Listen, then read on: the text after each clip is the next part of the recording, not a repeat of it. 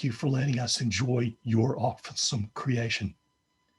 We ask for your strength as we continue to fight this pandemic.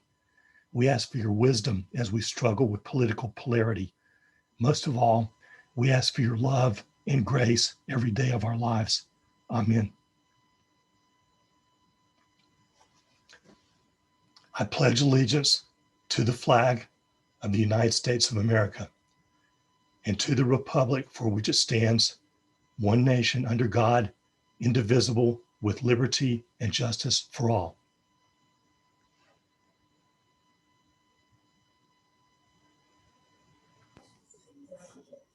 Great, thank you, Blair. Appreciate that.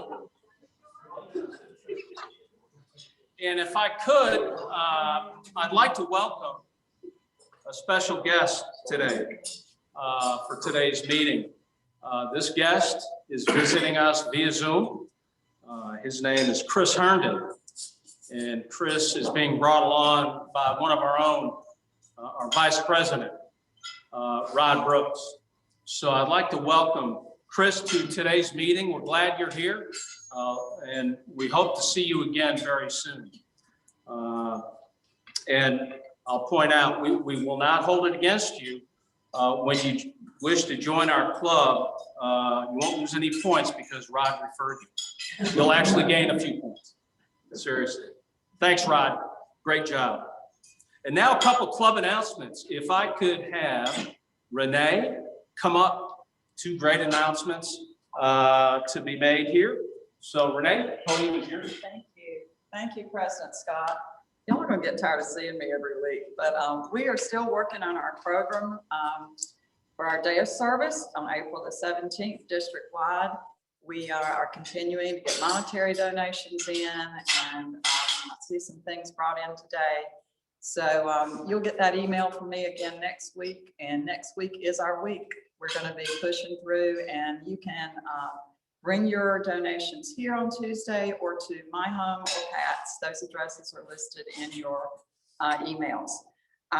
Now, moving on to Friday night is our trivia night that we have planned. And you have hopefully this morning gotten another email from me with the link to that Zoom meeting. And the DJ host will join us and then start the game, and we'll go through 4 different series of questions, 4 different sections of questions. And there are prizes. So it will be fun, and I hope everybody will sign in and enjoy that with us. So looking forward to that on Friday night. Thank you very much. Awesome. Thank you, Renee. Great job. Yes. Great job. And I got to tell you, the efforts that everybody's making for our service day with our partnership with Interact is going along very, very well, thanks to you all. And it's going to be crunch week next week, and we'll close strong. It's going to be exciting to end up in a very strong fashion. So thank you all for that. And then, of course, trivia night, Friday night. What time? 7 o'clock. So what that means is maybe a few minutes beforehand, dial into Zoom, have your friendly beverage, whatever that might look like, ready to go, or beverages, however it works. And this is going to be a lot of fun. DJ Ray comes highly recommended. He's known around the triangle. He's a man about town. And so very excited to be a part of that, and encourage everybody. It's Friday, 7 o'clock. Jump on board. Let's have some fun. You can probably bust some chops while we're on the call as well, which is always a pleasure. So thank you. If I could ask Neil Lagarde. Neil, could you come up? And Neil's got an announcement, important announcement, updated announcement. Neil? Thank you, President Scott. I mentioned a couple of weeks ago about the Transitions Life Care Summer Salute fundraiser that we do every year. This year we have gone virtual. I mentioned that I was going to send an email, which I failed to do. And so, but that has been sent to Scott. He's going to get it out to the club today. The email will have a link to where you can go and purchase raffle tickets. Raffle tickets are $100 each. I know there's a golf cart. We did a men's or ladies Breitling watch on there. And I believe the third item is a trip. But there's also sponsorship opportunities, or if somebody wants to donate something, we will have an online raffle that we will be doing. But this is a great opportunity for an organization that really has been so, I guess, helpful to our community. And their idea is that to provide dignity and I guess the opportunity for the transition as our loved ones transition from this life to the next. Many families can't afford to have that round the clock care that so many families need, or they can't afford the counseling that we need to know what to expect. And they provide this to those families at no cost when needed. And so I think it's just a great organization serving our community here and expanding kind of throughout North Carolina right now. So anything y'all can do to help is greatly appreciated. My email will be on there. So if you have questions, send me an email, give me a call. Thank you. Excellent. Thank you, Neil. Look forward to that. And Neil will get all the information out this afternoon to everybody via email. So thank you. I'd like to ask miracle moments. Who's got one? Either in person. Jim Lovejoy. Miracle moment. McGregor Downs. This is the best meatloaf I've ever had. Well, see, we were testing you. See, and you passed the test. Congratulations. This is a special kind of meatloaf. From what I was told, I'm glad we switched it up on. So thank you. I take it was. It was great. All right. All right. Good job. Thank you. Any other miracle moments? Online, virtual? Blair? Yeah, President Scott, this past Sunday with a temperature of about 37 degrees, I got to attend a sunrise Easter service with my dad. And that for me was a miracle moment.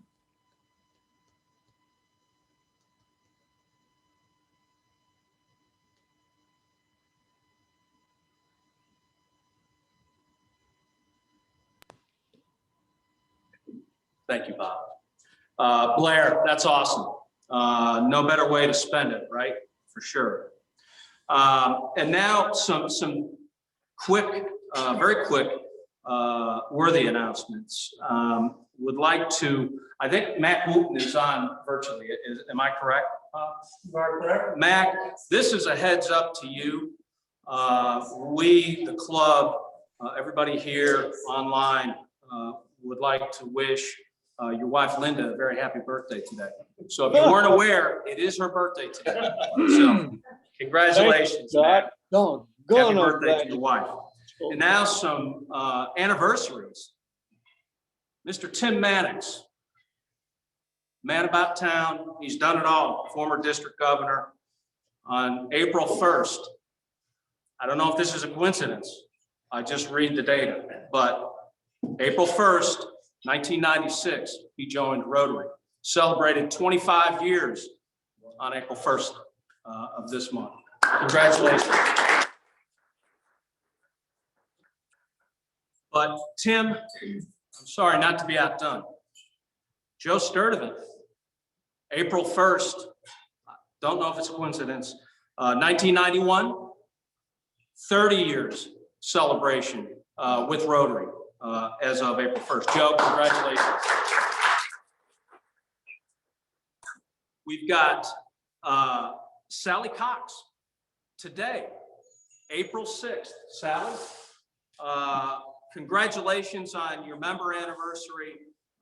Joined Rotary April 6th in 2004, celebrating 17 years today. Congratulations. Doug McClam, today, as of 2004. Oh, well, he and Sally are in the same class. I didn't recognize that. 17 years for Doug today. Congratulations, Doug. Last but not least, one of our newer members, Ross Berry, will celebrate his first anniversary with our club on April 10th.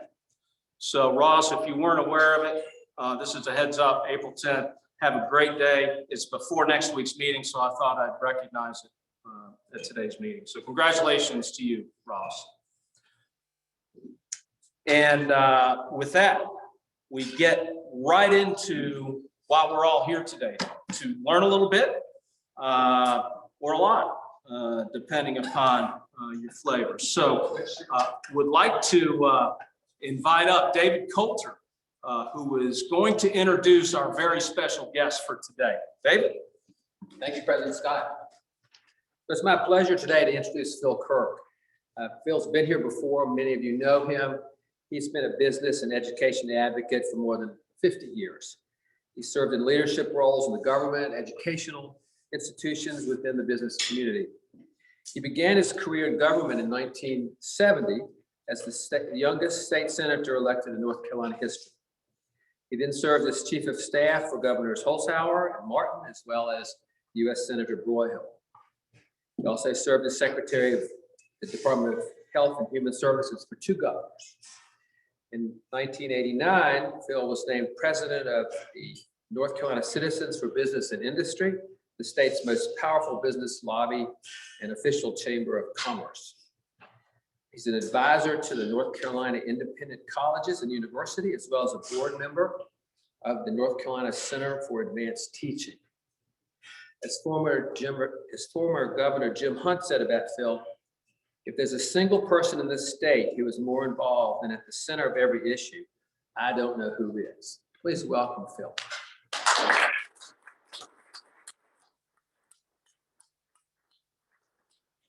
Thank you. And I want to go ahead and get this out of the way first.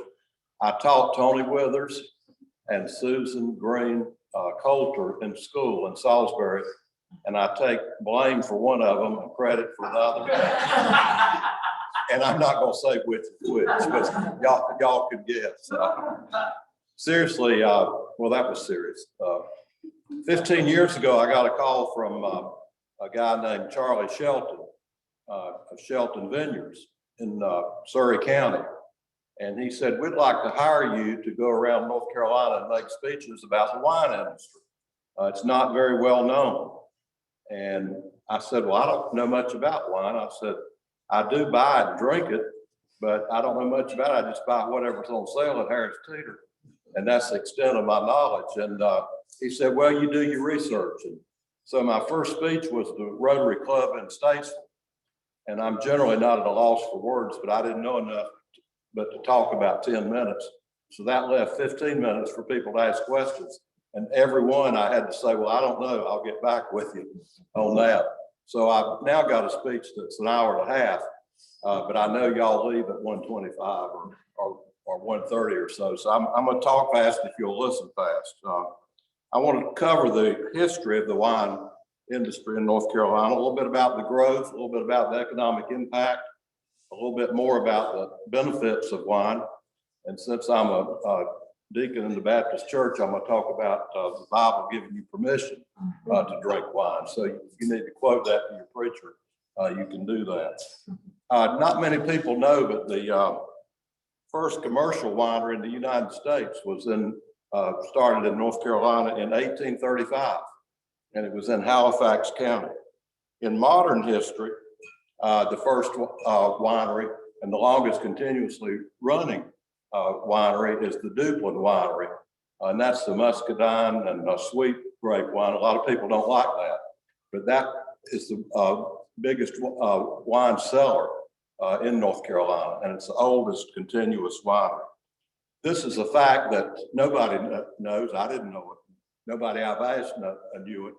But before Prohibition, North Carolina was the leading wine producing state in the country, ahead of California, New York, and all those states. Why? I don't know that for that.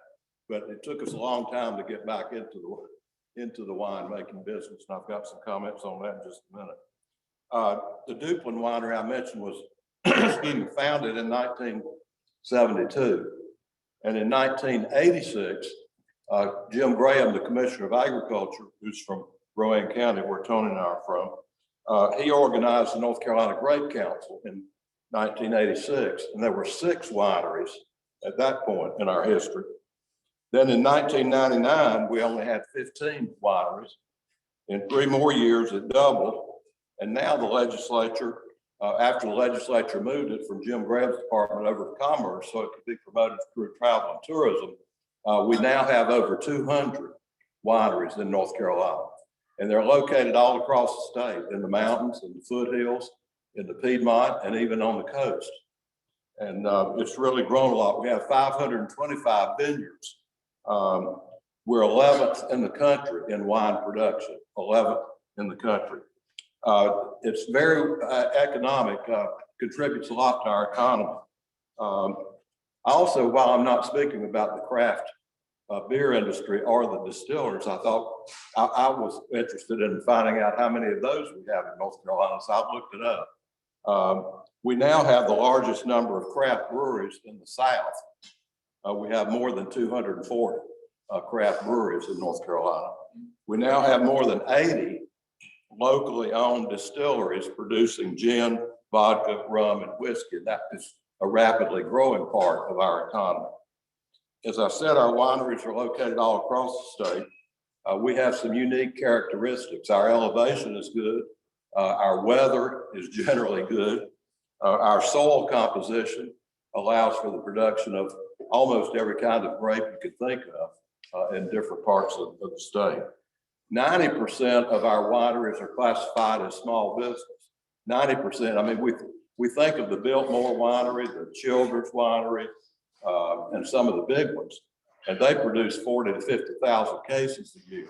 But 90% of our wineries produce 5,000 cases or lower. So a lot of them are small. Now, the industry's grown in North Carolina for a lot of reasons. One that I give a lot of credit to are the signs that are on the highway. An interesting fact about that, I'm talking about the signs that point out where the wineries are, how far off the interstate and so on. Governor Hunt, for reasons that he sincerely believed in, I'm not criticizing it at all, but he would not allow those signs to be put on the highway when he was governor. I don't remember which time, but when he was governor, because he felt it would lead to more drinking of wine, wine tasting and so on. And so the legislature passed a law requiring DOT to place those signs. And you don't pay for them as taxpayers. The wineries have to pay for the signs on the highway, but that attracted a lot of visitors to the wineries. Also, some of the laws were changed that allowed North Carolina wineries to mail. It wasn't too many years ago when you couldn't mail wine, but to mail wine within North Carolina, and also some reciprocal agreements with other states about mailing wine through the U.S. postal system. Of course, with the postal system, the way it's going these days, it might spoil by the time it got to you. But I didn't have that written down. So I get in trouble when I say things that aren't written down. It costs a lot to start a winery. In fact, some people said if you want to start a winery, if you want to make a small fortune, you've got to have a large fortune to start with. And that's why so many of our wineries are started by very wealthy, particularly the bigger ones.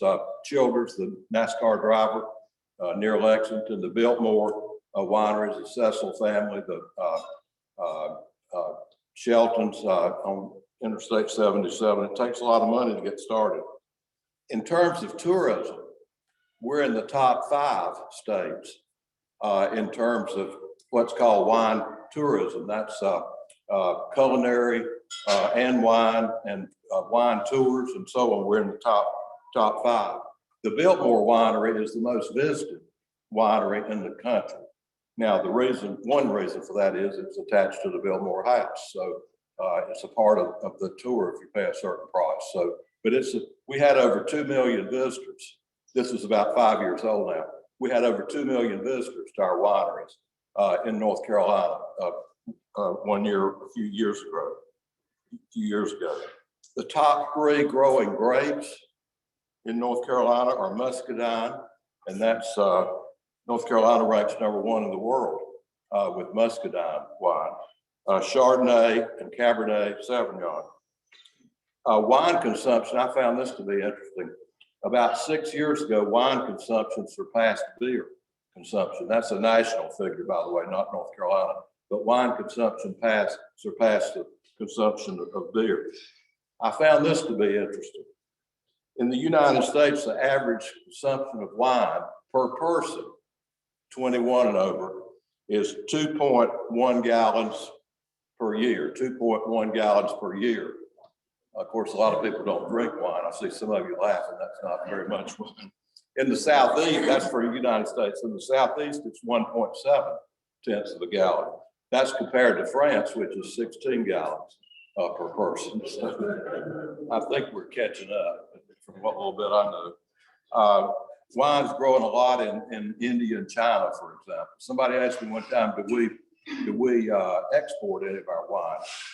When I checked on that a couple of years ago, the answer is no, that we're not able to produce enough wine for domestic sale, much less trying to ship it away.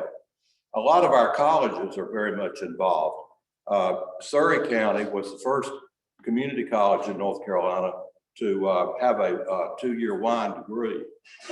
People from all over the United States come to North Carolina to be trained in the wine industry. Now James Sprunt down east has a wine program, and Appalachian State is the first part of the university system that has a 4-year degree in all aspects of wine making, grape growing, business of wine and all that. You can get a 4-year degree. While we're glad to attract people, wine people from California, New York, and some of those states, it's also good to produce some of our own. So we're glad that we can do that. NC State has, at least last time I checked, at least 2 people on the staff of the agriculture part of NC State that work 100% with the wine industry, helping them improve their soil, help them improve their business plan, help them advise them on all different kinds of things.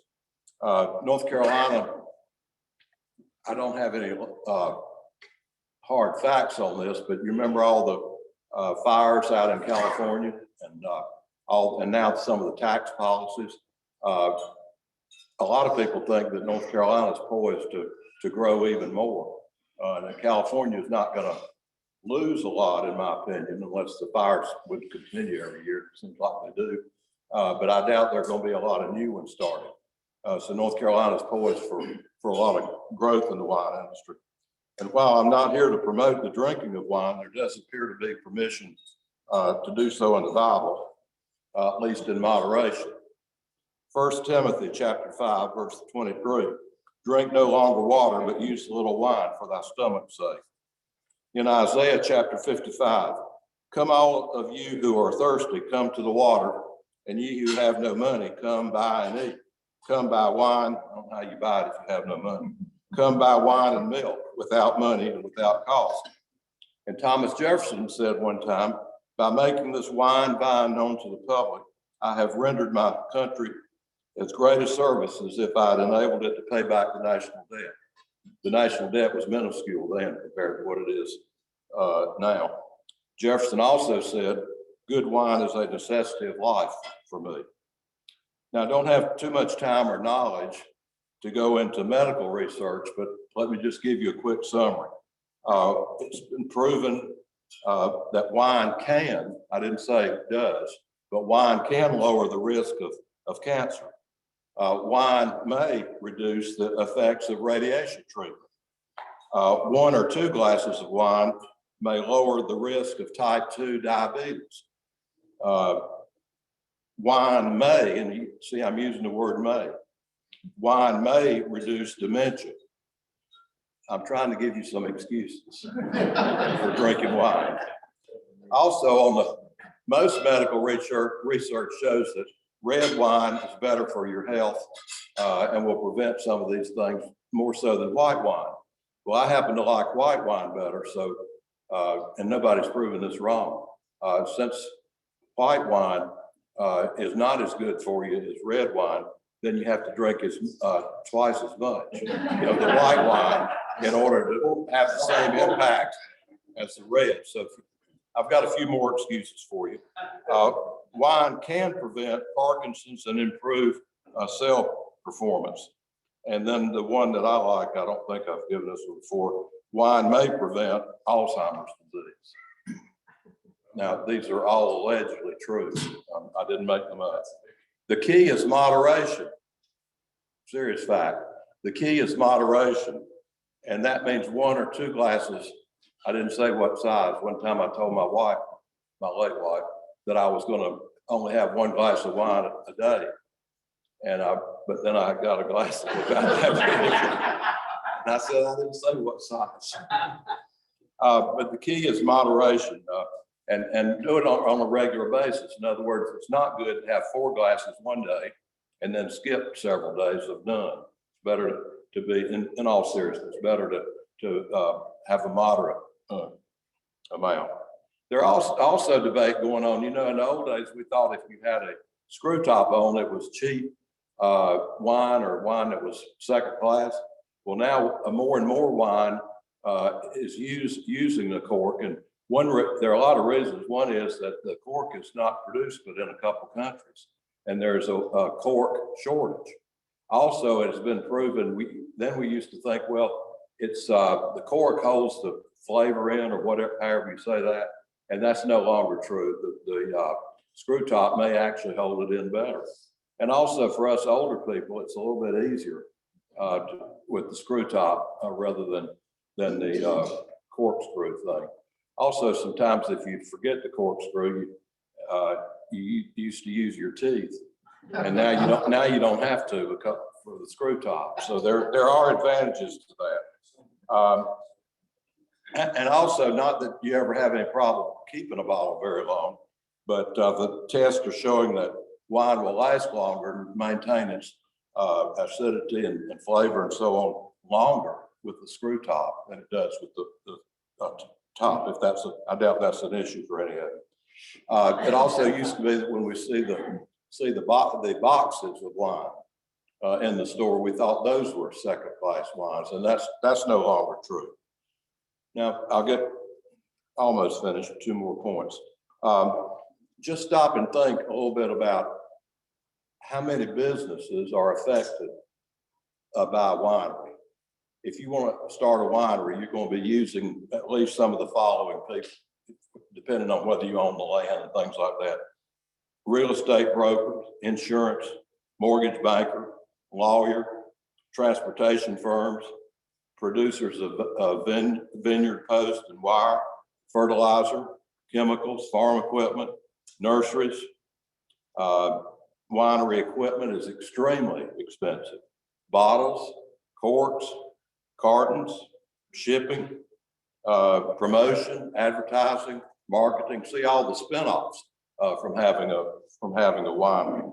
Now, there are continuing challenges ahead. There's still so many people I talk to, I call them wine snobs. One of them is my sister, that just don't think that any wine from North Carolina could be very good. So we're still working on an image issue.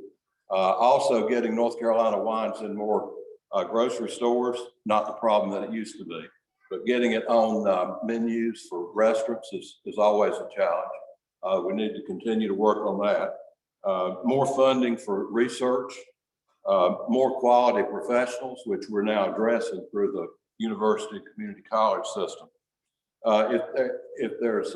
If you're interested in promoting North Carolina wine, then obviously you buy some.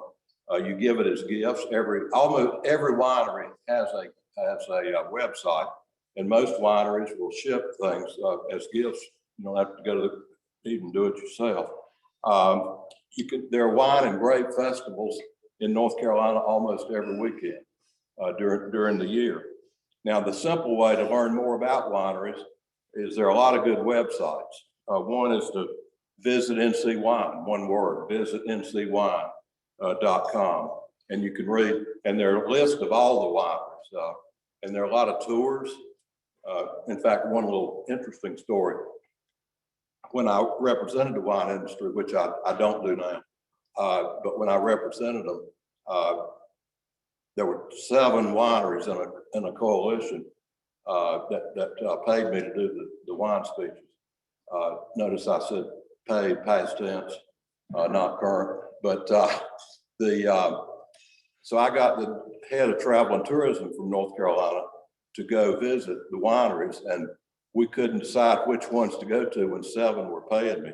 So we went to 7 in one day, and that was an experience. So we had to taste a little bit at each one, but and then one final bit of advice, and if you only remember one thing from what I've said, never buy a bottle of wine that has a sell by a certain date. Written on it. Don't ever buy it. Now, I'll be glad to try to answer any questions. I think I've told you more than I know, but I'll be, yes, sir, Mr. Withers. Does wine spoil? Not at my house. I mean, I know sometimes you get bad wine. Yeah, What causes that? Air into the bottle or? any number of things. Yes, I think it could spoil, but I don't know the number of years. It would be different amounts for different wines.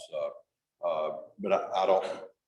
So many people have, you know, I read about people with wine cellars at their house, you know, wealthy people like you, and they have, you know, 500 bottles or 2,000 bottles or 3,000 bottles. And I've wondered the same thing as you, why, what would keep it from spoiling. So it doesn't. Some wines, you know, 20, 30 years old. I know. I got one bottle from Angus Barn that Van Muir autographed when I got something for some job. And I've never opened it. Now I'm afraid to. It's about 40 years old, 30 years old. So good question. I didn't answer it very well, but I don't think any would spoil in your lifetime. Anything else? Bill, Rod Brooks online has a question. Hey, Rod. He's wondering what efforts are being taken in North Carolina to make winemaking more ecological? The only thing I'm aware of is through their education programs at the different community colleges are working on that, and some of the research is being done on that. You may have seen in the paper today that there's an effort to get more minorities into the beer craft brewery to working in making beer. There's a scholarship program to allow or to get more minorities into the beer making business. Other than that, I don't know specifically, but everybody's mind's geared toward that today. Does Hubert Davis drink wine? You'll need to. For those of you who don't know, he's the coach at the community college in Chapel Hill. I've said that for Tony's benefit. I was all about Hubert Davis, and I just figured it was something to do with wine. I think Roy had to drink a little more wine during this past season. State fans are used to it losing. Anything else? We've got a question online. I'll treat it as a serious question. May we add to the list that wine may help fight COVID-19?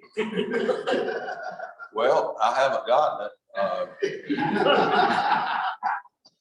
I haven't read any research on that, so I'll say we need more research. We need more things to measure about that. So it doesn't hurt, or you might forget you had it. But there's another question.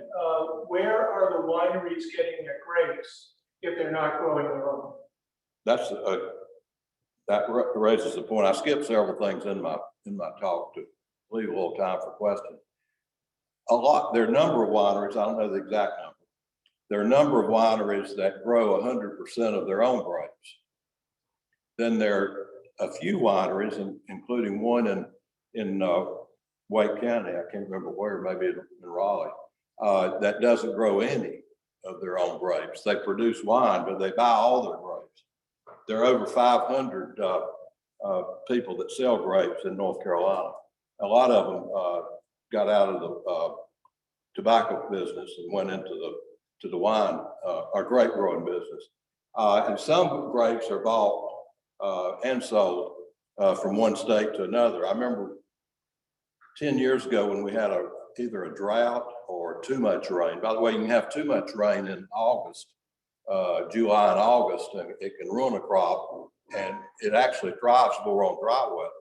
But anyway, we had grapes destroyed a lot in North Carolina. We had to go to Georgia to buy a number of grapes for our wineries. So if you've seen one winery, you've seen one. In other words, they're all different. I went to one in Stanley County one time in Albemarle, and there were only 2 employees, husband and wife. And they were talking about when they even put their labels on their own bottles, and it was all done by hand. And I said, how do you get that work done with only 2 employees? And they said, well, in the harvest time, they bring in a lot of relatives, but they said, we don't give them any wine until after they finish. So, but then you'll go to another place like Shelton or Biltmore or Childress, and they may have 150 people on the payroll during certain times. So they're all different. So I've probably only been to about 20, but they're all different. Many of them are having weddings. They're event places now, a lot of them, and they have not just wine tastings, but it's a popular site for weddings. Yes, sir. So when these new wineries, the new grape yards are starting, where do they get the vines from? Do they grapevine? Tony, where you were going to do some research, where do they get those? I don't know. When we I don't did know. it many years ago, we got them from the extension service, and where they got them, I don't know. Well, that's helpful with the partial answer, because NC State, as I said, has 2 or 3 people that are full-time working with home situations like that. So I don't know specifically, but they get them through like extension service. Okay, before you ask any more questions that I don't know the answer to, we'll go ahead and stop. So thank you all. All right, Phil, before you step aside, Phil, I think would like to.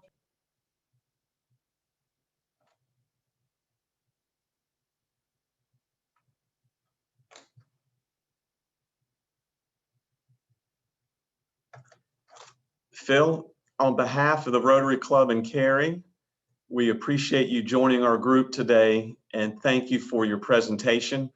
As a token of our appreciation, we have a little gift for you from our very own Jerry Miller, a set of hand-designed cards by Jerry that we'll certainly send to you. And I also want to thank you for what you've done today in your presentation, and a big thank you and a hello from Howard Johnson and the Cary Chamber staff. So thank you again, Phil.